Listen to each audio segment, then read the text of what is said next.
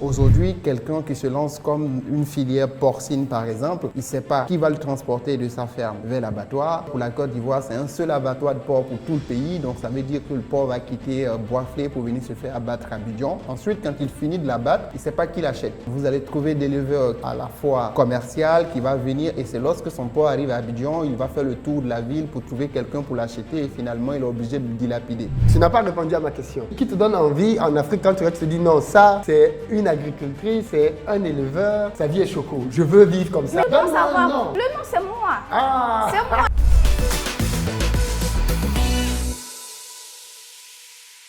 Mesdames et messieurs, bonjour et bienvenue dans notre nouvel épisode de Parlons Cash, l'émission qui nous permet d'aborder sans concession des thématiques qui nous semblent importantes. Aujourd'hui, nous allons parler de business et d'agriculture.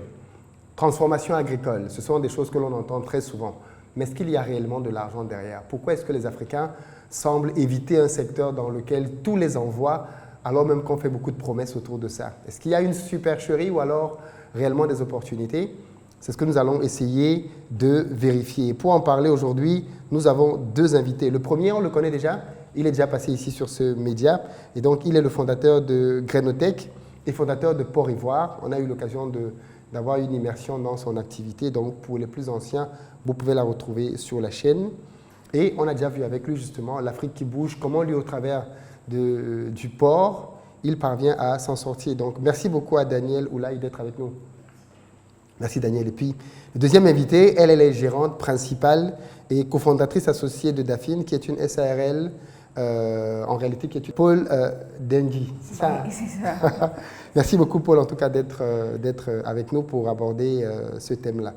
Déjà, j'ai envie de vous demander, comme ça, de but en blanc, on sait tout ce qu'il faut se nourrir, c'est important, mais pourquoi est-ce que les gens fuient l'agriculture? Pourquoi est-ce qu'on a besoin de convaincre les gens d'aller vers quelque chose qui est porteur? Est-ce qu'il n'y a pas un piège derrière cette histoire d'agriculture? Je pense qu'effectivement, le piège qu'il y a peut-être derrière l'agriculture, c'est l'inconnu. L'inconnu total, c'est vrai, ça reste derrière toute activité entrepreneuriale, il y a de l'inconnu. Sauf que la particularité de l'agriculture, c'est le fait que cet inconnu soit vraiment sombre. On te dit d'aller semer quelque chose dans le noir, dans le sol et attendre d'avoir du résultat. Je pense que cet inconnu, il est beaucoup plus sombre que les autres secteurs. Donc c'est clair qu'on va se questionner énormément avant de faire le saut. D'accord. Moi, je pense plutôt que c'est un peu la peur des prises de risques et tout. Et l'inactivité, sinon la paresse des populations, on va dire, africaines ou ivoiriennes en général. Les Ivoiriens seraient paresseux. Ça, c'est un scoop, ça. Moi, je dirais plutôt qu'au-delà de cela, c'est raisonnable que de ne pas faire le pas dans un secteur où aucune chaîne de valeur ne fonctionne. Je veux dire que pour le cas ivoirien que je connais le mieux, pour ne pas parler des sujets que je ne maîtrise pas, c'est rarissime de trouver un secteur au-delà du cacao où il y a encore des questions qui se posent, où vous allez trouver une filière agricole qui a une chaîne de valeur bien structurée, bien construite. Est-ce que tu peux expliquer ce que tu appelles chaîne de valeur pour les profanes? D'accord. Ce que j'appelle chaîne de valeur, c'est toutes les activités au sein de la filière. Ça va être la production, le stockage, le transport, la transformation et l'accès au marché. Donc, d'ailleurs, pour la Côte d'Ivoire, c'est un seul abattoir de porc pour tout le pays. Donc, ça veut dire que le porc va quitter Boisflé pour venir se faire abattre à Abidjan. Donc, dans la chaîne de valeur, il y a un sérieux souci. Ensuite, quand il finit de l'abattre, il ne sait pas qui l'achète. Donc, vous allez trouver des éleveurs qui est à la fois commercial, qui va venir et c'est lorsque son porc arrive à Abidjan, il va faire le tour de la ville pour trouver quelqu'un pour l'acheter et finalement, il est obligé de le dilapider. Et c'est comme ça dans presque toutes les chaînes de toutes les filières, on a du mal à avoir des acteurs au sein de la chaîne de valeur pour construire une chaîne de valeur. Donc, quand tu décides de te lancer dans une filière où tu n'as aucune visibilité sur la chaîne de valeur, il faut être fou de ne pas avoir peur et d'aller courir tous les risques possibles, quoi. Parce que oui, vas-y. L'entrepreneuriat aussi, c'est un peu la folie. Et tu ne vas pas avoir tous les aspects du domaine dans lequel tu te lances de prime abord. C'est en fonction de ton évolution que tu pourras avoir certaines aptitudes, développer de nouvelles compétences pour justement arriver à aboutir à une chaîne de valeur qui sera pérennisée dans le temps. Donc, il faut prendre des risques. Et ce sont des défis majeurs auxquels l'État est en train de répondre. Donc ça va se faire avec le temps, mais ça ne fait pas pour autant un domaine, une supercherie, je vais dire ça comme ça. Alors, il faut quand même qu'on soit honnête et transparent. Pourquoi est-ce qu'aujourd'hui en Côte d'Ivoire, tous les petits-enfants rêvent d'être footballeurs? C'est parce qu'ils ont vu Didier Drogba, ils ont vu Yaya Touré, ils ont vu Sérédier, ils ont vu plein d'Ivoiriens comme eux réussir là-dedans et gagner beaucoup d'argent. Pourquoi les jeunes veulent se lancer dans tel ou tel domaine? C'est aussi parce que, je dis, tout le monde aspire au bonheur, tout le monde veut être heureux. Vous connaissez quand même d'agriculteurs qui donnent envie? Agriculteurs, éleveurs, c'est-à-dire qu'on peut dire, voilà, dans ce pays, je ne parle pas des politiciens ou des gens comme les familles Billon, non, je parle des jeunes, c'est-à-dire que, voilà, c'est un jeune, on l'a vu, il a commencé avec son porc, il a commencé avec son poulet, et aujourd'hui on voit qu'il a pu se construire une maison, il donne envie à cause de son activité. Est-ce que ce n'est pas aussi une absence de modèle qui fait fuir les jeunes? Parce que moi, j'ai l'habitude de voir, quand j'imagine l'agriculteur, je pense à mon oncle ou à mon grand-père qui est au village avait le pantalon troué, qui ne donne envie en personne. Est-ce que ça, ce n'est pas aussi le problème de l'agriculture? Moi, je ne pense pas que ce soit le problème de l'agriculture, le fait de ne pas avoir de modèle. Parce que, étant toi-même, tu peux être un modèle pour la génération future. Quand tu fais des comparaisons de ce qu'il y avait dans le passé et l'évolution du monde, les nouvelles technologies qui viennent et tout, en tant que personne sensée, tu peux t'ériger en modèle pour la future génération. Paul, quels sont les modèles que toi, tu connais aujourd'hui? Moi, des femmes en Côte d'Ivoire, tu te dis, cette dame-là, franchement, elle me donne envie de faire la culture du manioc. Honnêtement, Oui. mon modèle, c'est ma mère. Ok. Ma mère qui n'était pas forcément dans l'agriculture, mais qui était entrepreneur. Moi, je me suis lancée dans l'agriculture face à un constat que j'ai fait dans ma vie en tant que femme active, mère, femme au foyer, on va dire. Donc, je n'arrivais pas à concilier tous ces domaines de ma vie. C'est comme ça que j'ai pensé à un concept de cuisine rapide. Donc, il faut aussi se mettre parfois, on arrive à certaines choses, à certains boulots, face à des constats. Oui, je suis d'accord. Quand on fait, on pousse les études, on pousse les... Je suis d'accord. Comment dire? Tu n'as pas répondu à ma question. Qui te donne envie dans ce pays, même sortant même du pays, qui te donne envie en Afrique quand tu te dis non, ça, c'est une agricultrice, c'est un éleveur, sa vie est choco. Je veux vivre comme ça. Et c'est grâce à l'agriculture. Mais si, je dois savoir. Non, le nom, c'est moi. C'est moi, c'est mon rêve. Donc, je me bats pour mon rêve, en fait. Donc, je n'ai pas de modèle, je le dis. Donc, il n'y a personne qui te donne envie. Franchement, la personne qui me donne envie, comme j'ai dit, c'est ma mère. Mais elle n'est pas dans l'agriculture. Elle n'est pas dans l'agriculture, ce n'est pas forcément le modèle d'investissement qu'elle a choisi qui me passionne. On a bien compris. Tu as dit qu'elle t'inspire pour ses valeurs, ainsi de suite. Dans l'agriculture, la même question est pour toi. Ou la transformation? Alors, moi, je pense que la seule personne qui m'inspire dans le secteur agricole, c'est le fondateur de Songhai. Songhai, au Bénin. Au Bénin. Ouais. Mais lui, il fait du social. C'est ça. C'est ce qu'on dit, mais je pense qu'il y a un fort modèle économique derrière ce qu'il fait. En tout cas, il présente ça comme du social. Et il reçoit beaucoup de dons. Il faut être clair. C'est sûr. Songhai, c'est un développement fulgurant sur la base de beaucoup d'aides. Effectivement. Simplement parce que ça nous permet de nous interroger sur effectivement le problème du secteur agricole, et je vais rebondir sur ce qu'elle disait tout à l'heure. C'est pas tout le monde qui peut accepter de continuer d'investir jusqu'à ce que les chaînes de valeur se mettent en place. Je prends mon cas, nous aujourd'hui, depuis le 2017, ce n'est que cette année qu'on a atteint notre seuil de rentabilité. Donc ça fait combien d'années d'investissement à perte?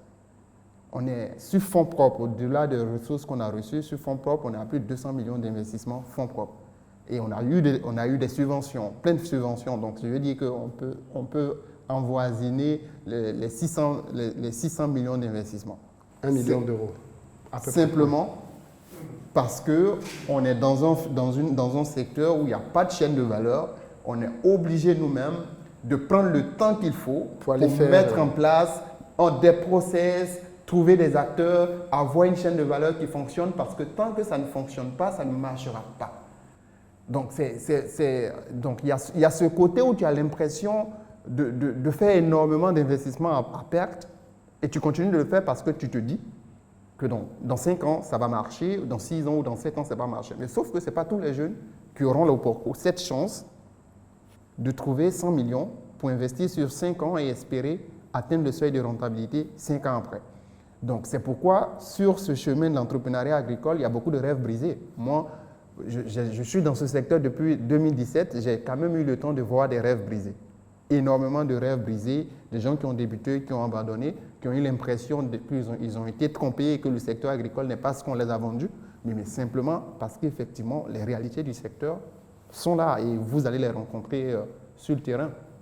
Mais est-ce que c'est parce qu'ils ont abandonné que ça fait de ce secteur un secteur pas rentable? Non, pas du Après tout. aussi, il faut voir le fait qu'il y a un entrepreneuriat, que ce soit dans l'agriculture, dans l'élevage et autres, il y a la résilience.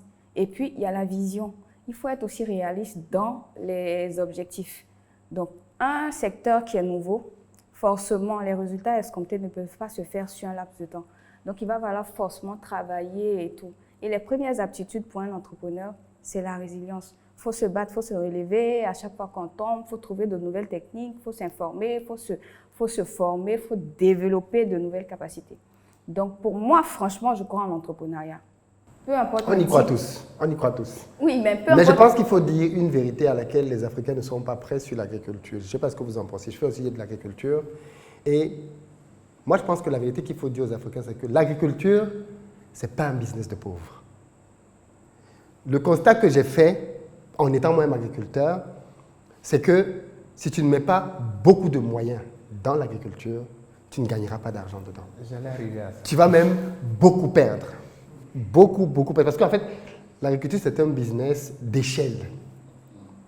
On gagne dans l'agriculture avec des économies d'échelle. Il y a deux modèles. Soit tu gagnes en économie d'échelle, soit tu gagnes sur des niches.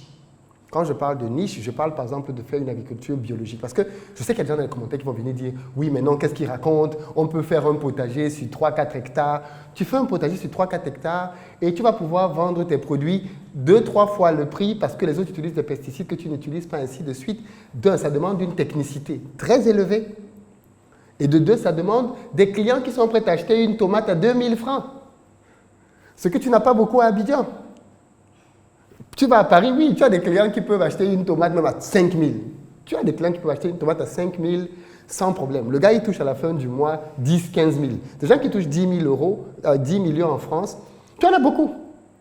Tu en as beaucoup. Donc, le gars, il peut payer, ou même le gars qui touche 2 millions, il est prêt à payer ça parce qu'il a une éducation sur la qualité de vie qui fait qu'il considère que ce qu'il mange, c'est ça. Ta nourriture sera ton remède. C'est-à-dire qu'il considère qu'il va investir dans la qualité de la nourriture pour ne pas aller à l'hôpital. Nous, ici, tu dis ça, il va te dire qu'il peut faire le gab de 500 francs. Ça n'a jamais tué personne. Donc, et je pense qu'il faudrait peut-être aussi se poser cette question sur cet angle-là. Est-ce que le fait qu'on est... Parce qu'il y a des gens qui gagnent beaucoup d'argent en agriculture. Oui. Ouais. La famille Billon, ils gagnent beaucoup d'argent en agriculture. Moïse Katumbi en RDC, ils gagnent beaucoup d'argent dans l'agriculture. Mais ce sont des gens qui sont parvenus à avoir des business models dans lesquels ils ont eux-mêmes d'abord injecté beaucoup d'argent pour avoir de grands espaces, rien qu'aménager. Parce que tu prends 100 hectares, et 100 hectares, c'est rien, c'est petit. Mais ici, nos agriculteurs se battent avec 5, 6, 7 hectares. Tu n'as pas d'économie d'échelle sur 5, 6, 7 hectares. Tu es obligé de faire des petites choses pour la subsistance. Je ne dis pas que tu ne peux pas vivre avec ça. Mais tu ne peux pas être confortable avec ça. Tu ne peux pas t'acheter une voiture, construire ta maison. Le rêve. Tu ne peux pas. Avec ton petit manioc que tu fais là. Tu ne peux pas. Et je pense que les jeunes commencent à voir ça, à se dire, mais on nous dit agriculture, mais ça a marché pour qui on a vu. C'est ça. Qu'est-ce que vous en dites? Moi, c'est mon analyse en tout cas. Il faudrait peut-être qu'on ait cette discussion dans laquelle on commence à se demander, il y a des niches dans lesquelles on peut aller. Effectivement, dans chaque pays, il y a des niches dans lesquelles tu peux aller. Mais si c'est de l'agriculture classique, de manière générale, c'est un business d'échelle. Je me dis, qui commence à dire échelle, dit terrain, grande superficie, machine agricole. Nous, on laboure encore à la main, comme au XVIe siècle. La houe, c'est un outil du XVIe siècle. Mais nous, on utilise encore la houe en Afrique en 2024. Et vous voulez qu'un jeune qui est à Abidjan, il est choco, tu demandes d'aller prendre la houe. Mais c'est ce que... Après, on dit 70% de la population vit de l'agriculture. C'est une honte. Moi, je dis que cette statistique, c'est une honte pour les pays africains. On ne peut pas avoir 70% de la population active qui est dans un secteur et on n'est même pas autosuffisant. Mais c'est tout ça, c'est pour tout ça là que l'État est en train de prendre en ce moment des... L'État, Oui, oui, oui. depuis les années que l'État est dessus, on compte encore sur l'État. Ça commence... Non, si, c'est vrai que je Il a son rôle à jouer. Hein? C'est vrai que je ne suis pas une voix autorisée en ce qui concerne l'agriculture. Moi, ma spécialité, c'est la transformation. On va en parler aussi. Donc je ne pourrais pas vraiment bien débattre sur ce sujet. Mais je continue pour dire que ce n'est pas parce que les résultats ne sont pas encore là qu'on est encore dans les méthodes archaïques que ce n'est pas ça fait de ce secteur une supercherie, pardon. Donc, avec les nouvelles résolutions, les nouvelles lois, les nouvelles subventions qui sont mises en place dans ce secteur d'activité, je pense que les choses vont décoller. C'est vrai qu'il va falloir demander beaucoup de patience aux personnes qui s'y intéressent. Qu'est-ce que tu en penses? Je pense très clairement... Toi-même, tu n'es pas allé dans la production, hein? Pardon? Tu n'es pas allé dans la production. Tu es allé dans la transformation. Oui, c'est clair. Et j'ai débuté par la production. Je dis ça, c'est ce que je dis pas. J'ai fait 2 ans en tant qu'éleveur et je voulais me mettre sur toute la chaîne de production. Quand j'ai évalué les coûts d'investissement, j'ai laissé la production pour me positionner à un maillon de la chaîne de valeur où il y a moins d'investissement. Et le niveau d'investissement dont je parle aujourd'hui, c'est simplement parce que je suis resté à ce niveau-là. Mais si je terre depuis on parlait par exemple de la famille Bion, mais dans notre secteur en Côte d'Ivoire, c'est la famille Yassé qui font partie des gros éleveurs, distributeurs de porc. Mais c'est énormément d'investissement parce qu'eux, finalement, ils sont sur toute la chaîne, depuis l'élevage jusqu'à la charcuterie.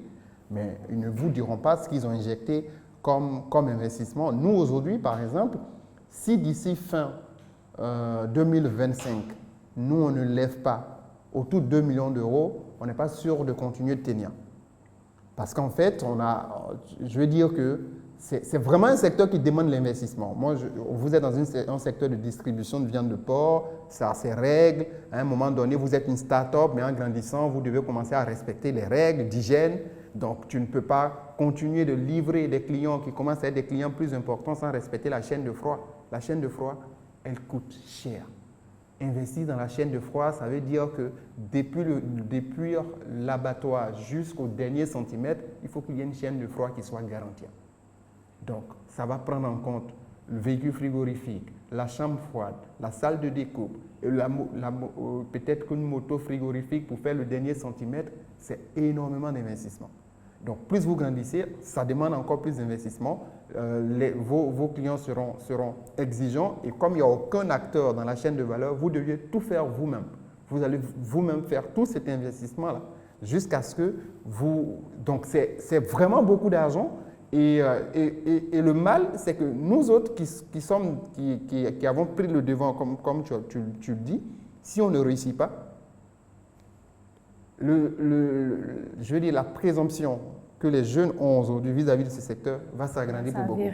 Je veux dire que, pour finir, on a l'impression d'être dans une chaise où on porte le chapeau de... Je veux dire que on a l'impression de porter un combat qui n'est pas peut-être le nôtre, pour celui je me rappelle qu'en début d'année, j'ai fait un post pour dire que la Grenouille fermait. Le même jour, j'ai eu plus de 200 appels.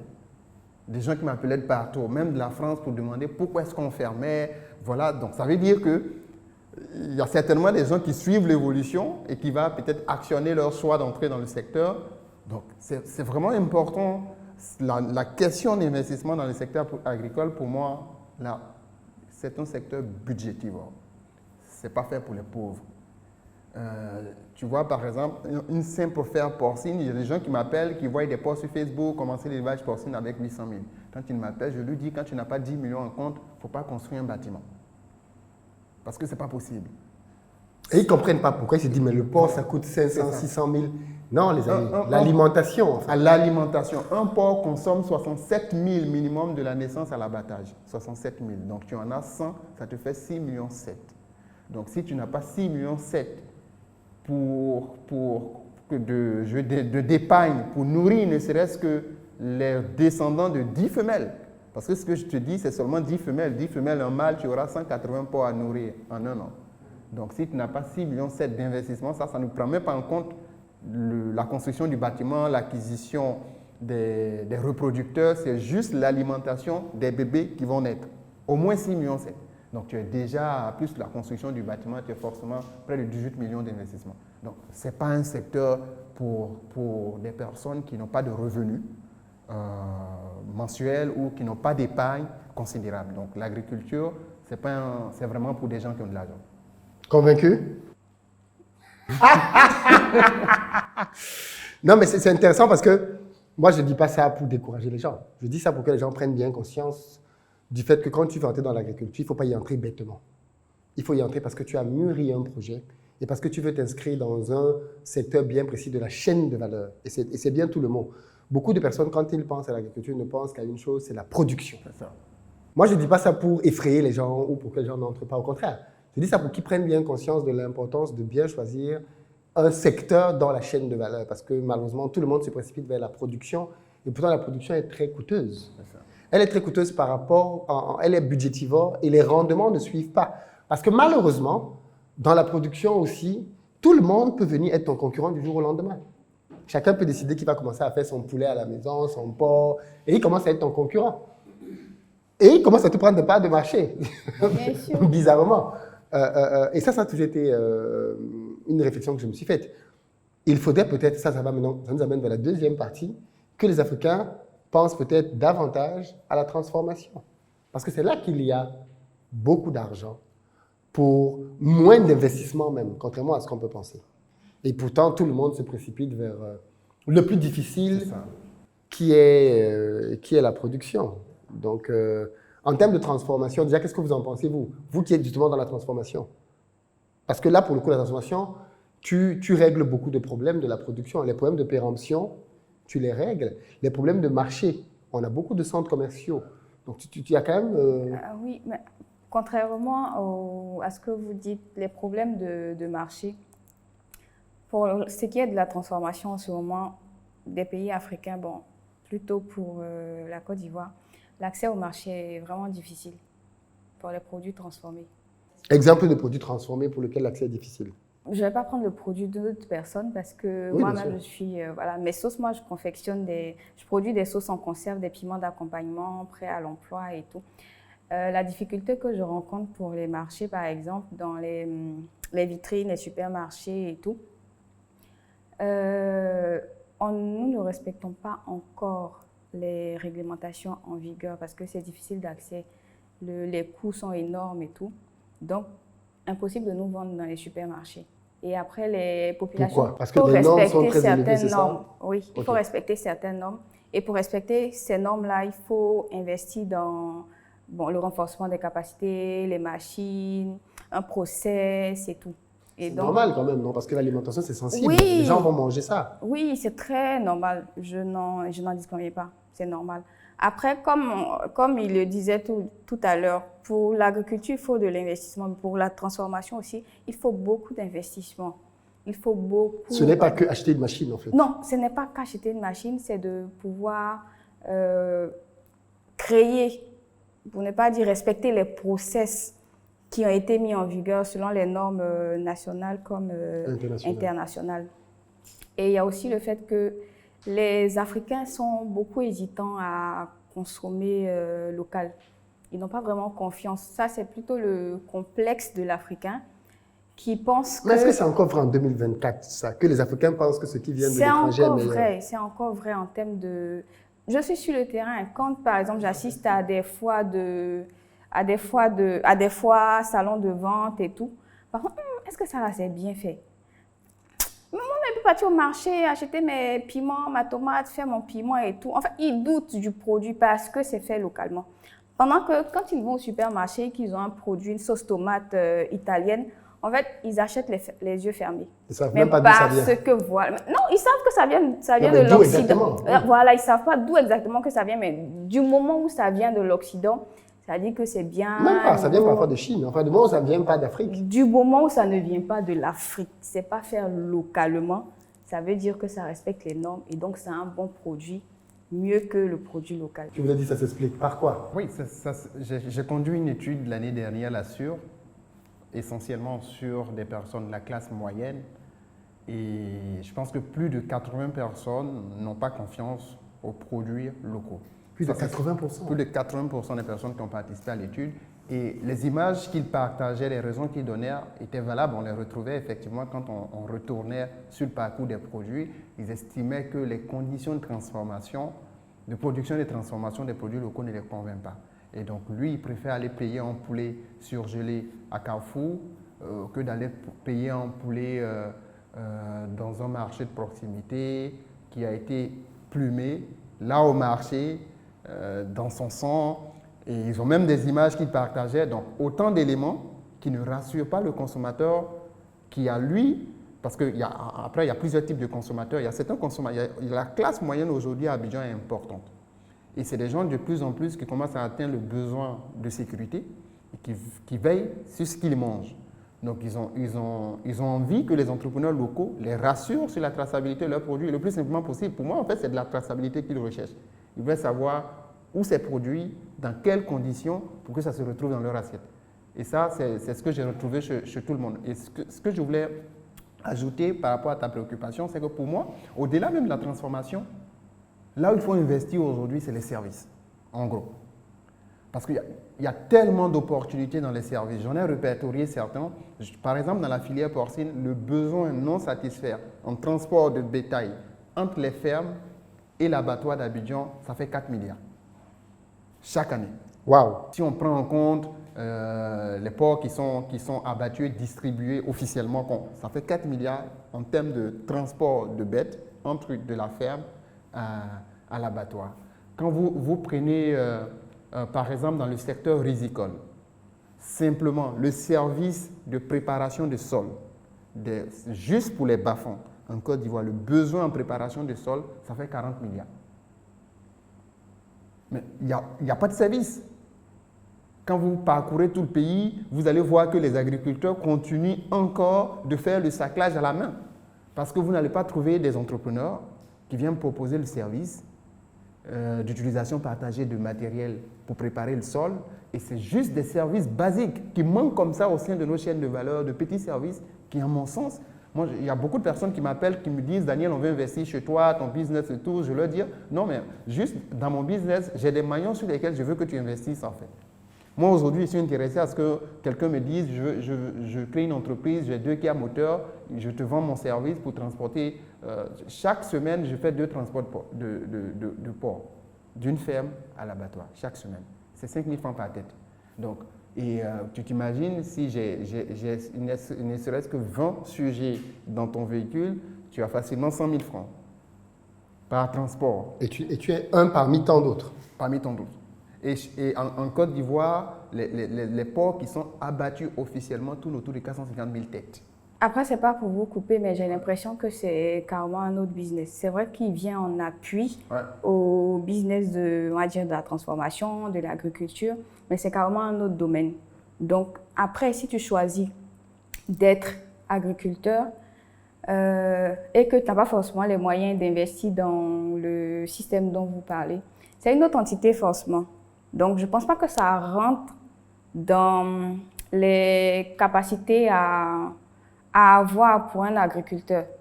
Je ne sais pas si je me fais comprendre. Non, je suis plutôt en train de dire que d'intéresser des gens qui veulent investir dans le secteur agricole, de se positionner sur des services. C'est moins budgétivore en termes d'investissement et ça fera un fort bien à nous autres qui sommes déjà dans le secteur, qui recherchons ces services. En fait, j'essaie juste d'ouvrir la réflexion et de flécher sur certains éléments qui pour moi, pourraient être des maillons clés pour apporter des solutions au secteur. Je voulais me rassurer que j'avais bien compris, en fait. Ne pas consommer ivoirien, camerounais, ainsi de suite. C'est quand même paradoxal quand on voit que les Africains sont de plus en plus en train de demander leur souveraineté. Ils veulent diriger leurs propres affaires. Ils veulent que la France parte de leur pays, ainsi de suite. Dans le même temps, c'est encore eux qui veulent manger les spaghettis qui viennent de Paris. C'est paradoxal, non? Moi, je me suis là sur le compte de l'hypocrisie. OK. Voilà, parce que quand on se bat pour une certaine chose, il faut qu'on y aille dans le fond. Il faut qu'on soit vraiment convaincu soi-même. Et ça passe par ça. Ça passe par la consommation locale, la promotion de l'Afrique, du Made in Africa, de tout ça. Donc, pour moi, ça ressort de l'hypocrisie africaine.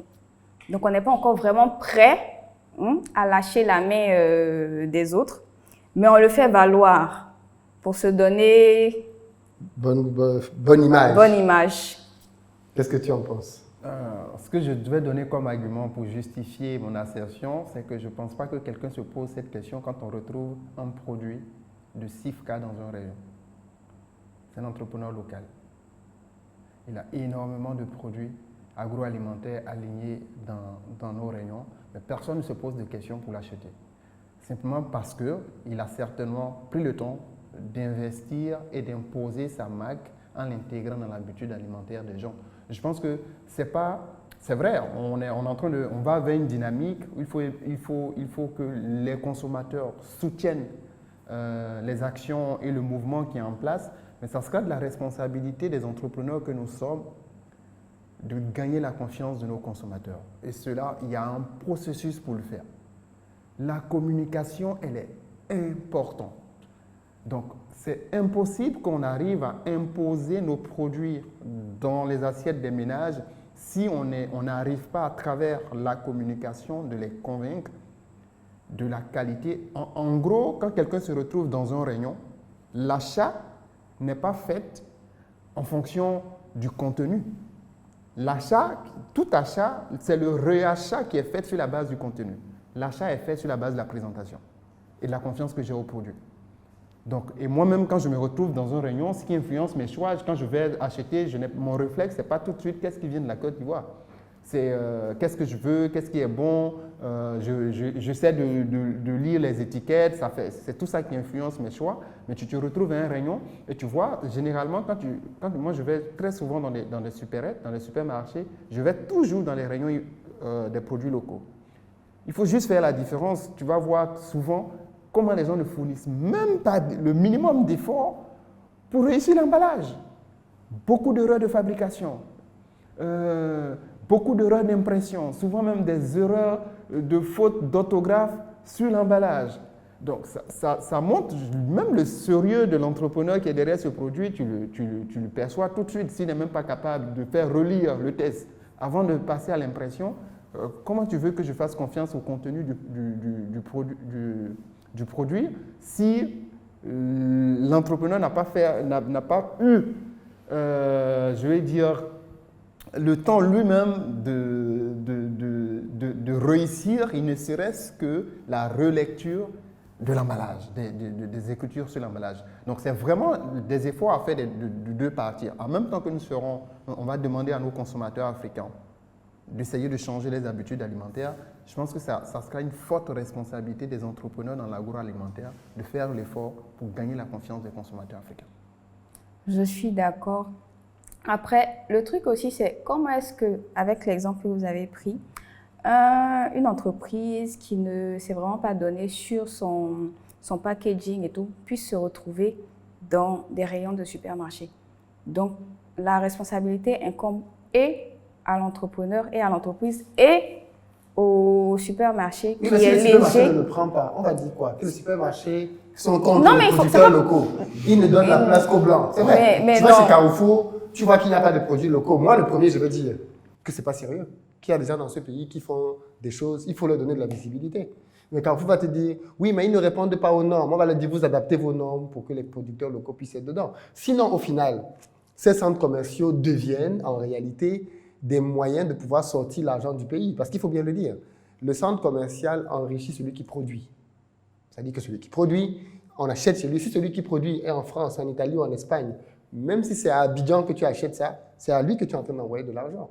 Donc, pour que l'argent reste dans notre économie, on a intérêt à ce que nos producteurs puissent arriver à ces normes-là et se mettre au niveau. Maintenant, là où je suis d'accord qu'il faudrait peut-être qu'il y ait un travail, c'est que ces centres commerciaux doivent accompagner ces entreprises en leur disant « Tu entres peut-être à ce stade-ci, mais dans 1 an, il faut que tu sois à tel niveau. Dans 2 ans, il faut que tu sois à tel niveau. » Et ça, je ne sais pas s'ils le font. Je ne sais pas. Moi aussi, je ne sais pas. Mais après, comme ce que je disais, j'allais en venir au fait d'accompagner les entrepreneurs et tout. Mais il va falloir peut-être faire savoir déjà aux entrepreneurs les conditions qu'ils acceptent chez eux, les modèles de packaging qu'ils souhaitent et tout. On est un peu dans le néant parce que le secteur n'est pas vraiment structuré. Donc, c'est un peu… Oui, on triche un peu. Quand tu as des produits étrangers, tu vois tout de suite la différence entre un produit qui… Moi, je te dis ça. Quand tu viens dans un supermarché pour connaître un produit africain, c'est très facile. Tu regardes l'emballage. C'est trop facile. Quand tu as des produits occidentaux en face, tu vois tout de suite la différence. Mais quand tu n'as pas de produits occidentaux en face, tu vois toute notre médiocrité affichée. Par exemple, va dans les centres commerciaux ici, regarde les noix de cajou. Les noix de cajou sont faites ici. Regarde comment c'est conditionné. On prend les bouteilles d'eau minérale, on ferme la bouteille,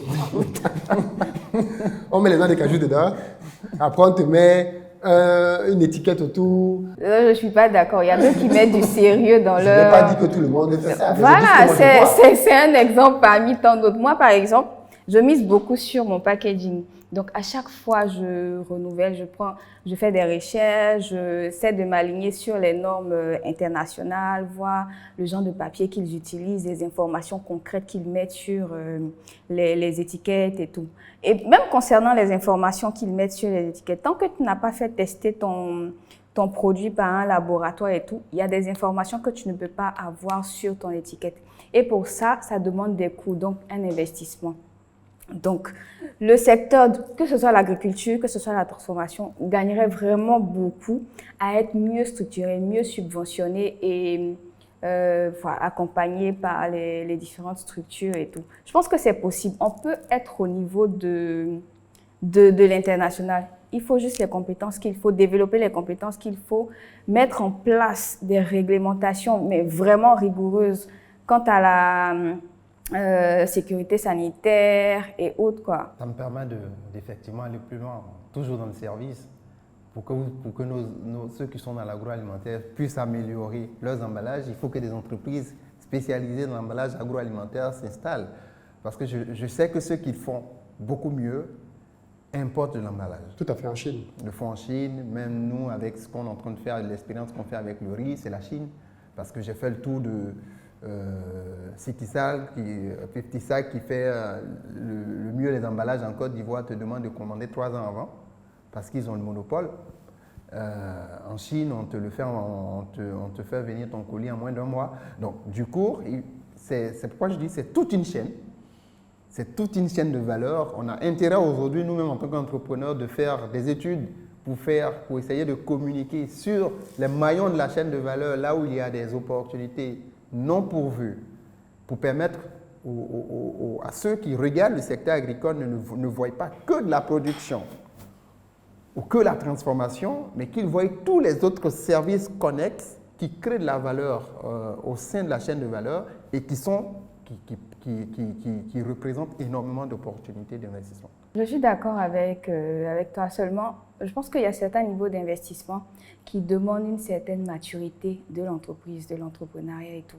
Un entrepreneur qui débute ne peut pas se payer le luxe de commander par exemple ses emballages en Chine, ses matières premières, en gros quoi, à l'extérieur. Donc il est obligé de faire avec les moyens de bord. Donc c'est avec la maturité qu'il gagne avec le temps, avec tout ce qui est autour de son entreprise et un peu la rentabilité de son produit qu'il peut se permettre certains investissements. Alors, avant de sortir de cette émission, je pense que le but aussi, c'est de bien faire comprendre que le secteur agricole regorge d'opportunités, mais pas forcément toujours là où on pense. Ça, c'est ce que j'ai moi appris avec les années là-dedans. Pour ce qui est des niches dont tu parles, moi, je me suis rendu compte que c'est très difficile pour quelqu'un qui est externe à un secteur de les voir. Ouais. C'est drôle, hein? On parle de chaîne de valeur, mais tu vois cette chaîne de valeur, toi, par exemple, parce que tu as d'abord été porciculteur. C'est ça. Tu as été dans le porc, tu as été confronté au challenge de la production porcine, mais en même temps, tu t'es rendu compte, parce que tu étais déjà dedans, que en fait, il y a tel truc qu'on ne fait pas, il y a tel truc qu'on ne fait pas. C'est ça le problème, c'est que quand on dit souvent que mais pourquoi les gens qui investissent tous dans la même chose? Parce que c'est ce dont ils sont au courant. Vous savez que dans nos pays, Les gens n'aiment pas beaucoup réfléchir pour aller chercher des opportunités. Ils veulent copier. Je parlais tout à l'heure là, de Paris. Lui, là, il fait 2 trucs. Là, il a déjà une voiture. Donc, ça veut dire que c'est ça qui marche. C'est rentable. Tout le monde va venir faire la même chose. C'est ce qu'on voit ici. À un moment donné, c'était les boulangeries. Tout le monde est venu faire les boulangeries à Abidjan. Après, c'était les laveries. Tout le monde est venu faire les laveries. C'est-à-dire, tu vois, les gens ne sont pas dans la même. Les lavages auto. Lavage auto, tout le monde est versé dedans. Yango, tout le monde va dedans. Et pourtant, chacun de ces business a une panoplie d'autres annexes qui sont même bien plus rentables que le business dans lequel tout le monde court. Après, ça s'explique aussi par la maturité de l'entrepreneur. Donc, tant que tu n'as pas testé, tu ne veux pas savoir qu'il y a d'autres opportunités à côté, beaucoup plus rentables beaucoup plus rentables que l'activité que tu mènes en ce moment. Donc, tout part d'une base au fur et à mesure que tu évolues, tu adaptes tes nouvelles techniques, tu te projettes dans d'autres choses. Voilà, je vois ça comme ça. Pour sortir de l'émission, qu'est-ce que tu veux qu'on retienne sur cette thématique? Ah oui, moi, je pense que c'est exactement ce que j'allais dire pour conclure que vous avez dit tout à l'heure. Le secteur agricole regorge énormément d'opportunités. Mais il y a beaucoup d'opportunités au sein des chaînes de valeur. Et c'est toujours bien, avant de se lancer, de prendre le temps de parcourir toutes ces chaînes de valeur là, pour voir ces niches qui ont vraiment beaucoup de valeur ajoutée. Et ça permet, finalement, vous allez arriver à faire un investissement qui vous rapporte, mais aussi qui tire le secteur vers le haut. Moi, je vais donner une anecdote. J'ai reçu quelqu'un chez nous au bureau qui voulait investir dans la filière porcine. C'est un Ivoirien qui vit en France. Il avait beaucoup d'argent. Il voulait ouvrir une ferme de 42 femelles. Donc, ça fait plus de 100 et quelques millions d'investissements. Et puis, il a fait une journée avec nous pour suivre notre parcours et tout. Et il se rend compte que toutes les fermes qu'on a visitées, tout le monde fait la distance pour venir abattre à Abidjan. Et puis, il me dit, mais pourquoi? Je dis, mais à cause des questions de religion, les abattoirs de l'intérieur ne sont pas des abattoirs qui sont dédiés à la filière porcine. Donc, tu ne peux pas aller abattre ton porc dans un abattoir où on abat le bœuf et autres parce que pour des questions de religion, ça ne passera pas.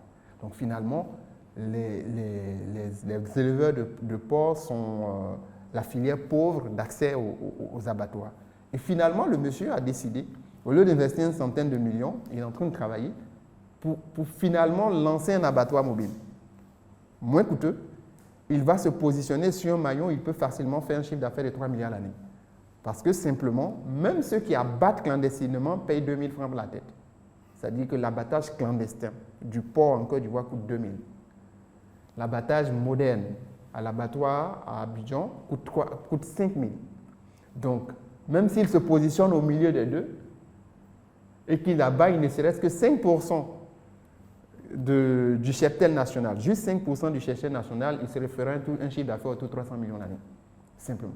Qu'est-ce que tu veux qu'on retienne? Alors, ce que moi, je voudrais qu'on retienne, c'est que le secteur agricole et le secteur de la transformation, en dépit des résultats escomptés qui tardent encore à venir, ce n'est pas un secteur pauvre, pas rentable. Donc, c'est un secteur qui gagnerait vraiment à être bien structuré, à être développé, à être subventionné. Alors moi, je terminerai en disant que l'agriculture, c'est un secteur de niche quand on n'a pas beaucoup de moyens. Et il y a beaucoup de niches. Mais le problème, c'est que les gens se précipitent, comme je disais tout à l'heure, vers les mêmes choses. Les arbres fruitiers, par exemple, c'est quelque chose de très intéressant. Mais très peu de personnes s'orientent vers les arbres fruitiers. La particularité des arbres, c'est que tu n'as pas grand-chose à faire. Tu souffres un peu au début, mais quand un arbre commence à produire, il produit pendant 20-25 ans. Ouais. Il suffit de l'entretenir et tu as de l'argent sur 20-25 ans. Mais tout le monde va aller se battre pour faire du manioc. Donc, c'est un business de niche. Il faut vraiment aller là-dedans après une consultation avec quelqu'un qui est sur le terrain pour voir qu'il y a telle niche, il y a telle niche. En Côte d'Ivoire, quels sont les fruits qu'on cultive localement? Il y a des fruits qui pourrissent comme les mangues, mais il y a d'autres fruits qui viennent du Maroc, qui viennent d'ailleurs. Et qu'on nous vend ici. Mais ce sont des agrumes. Donc, on peut faire ici sans aucun problème. Donc, tout ça, c'est une question aussi de connaissance du marché pour pouvoir choisir les bons secteurs. En tous les cas, merci beaucoup à tous les deux d'être venus pour parler d'agriculture, de transformation, sous un ton un peu différent de ce qu'on a l'habitude d'entendre. Lancez-vous intelligemment, parce qu'il y a de l'argent à faire dedans, mais il y a aussi beaucoup d'argent à perdre. Donc, si vous vous lancez n'importe comment, là, vous allez juste avoir vos yeux pour pleurer après. Donc, c'est ce que je voulais que l'on partage ce soir. Et merci encore une fois de plus. Rendez-vous, les amis, la semaine prochaine pour un autre thème avec d'autres invités pour parler cash. Très bientôt.